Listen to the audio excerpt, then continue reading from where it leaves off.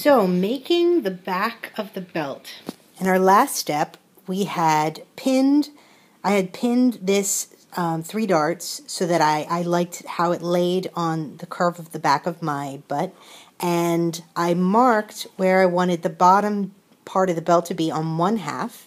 And after I was happy with that, I took out the pins, laid it flat on the table, cut out one half, folded it in half, you can see the crease, and then cut out the other half. And that's an easy, quick way to make sure that your belt is symmetrical.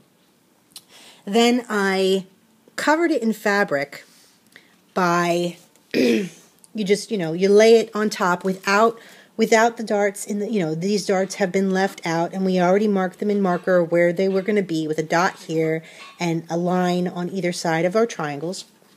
I laid the fabric on the other side and pinned it and folded it over and put straight pins in, and then I sewed it with the sewing machine, just an easy stitch around the edges.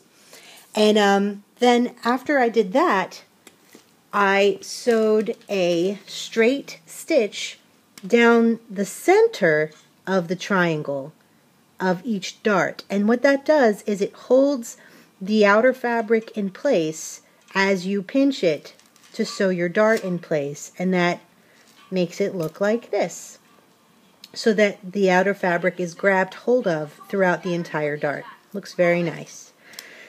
And then after I had all that done, I started my beading. So this is how far I've gotten, and right underneath it here you can see here's the original belt.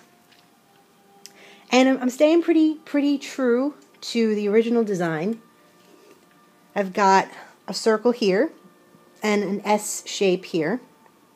And I started with a shard of soap where I drew where I wanted my shapes to be. And then I took the jewels from the original and sewed them in place.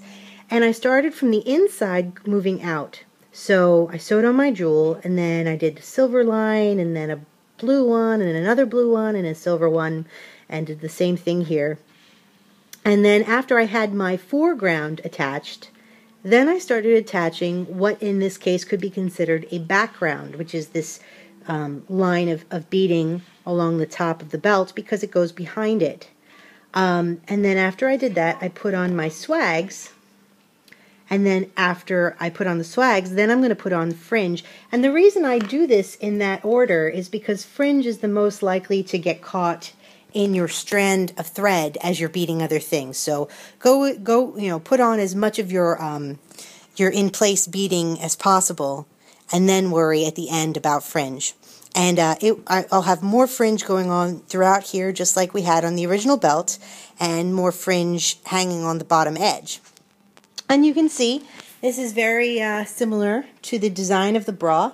There's the bra there, pinned up or sitting on a pillow.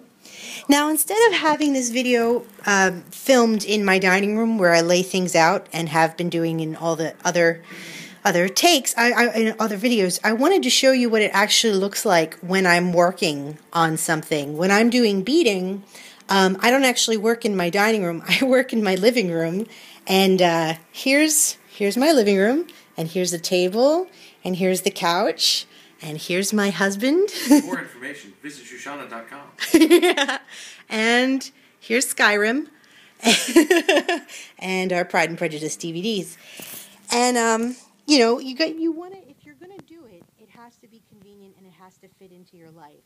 You can't, put yourself in a corner of your house and expect you to stop everything else you're doing in your life to take time to make costumes. You really need to fit making costumes into your everyday so that you actually have time to get it done.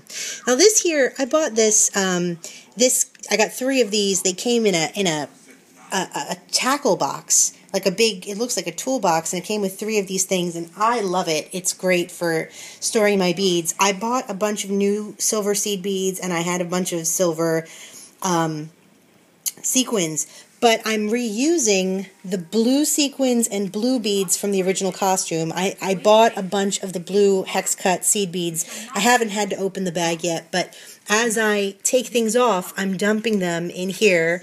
I'm putting my sequins and larger beads in here, and I'm putting my hex cut seed beads in there. And my silver ones, my silver hex cut seed beads that I'm taking off the fringe as I go because I need the little blue beads on the end of the fringe.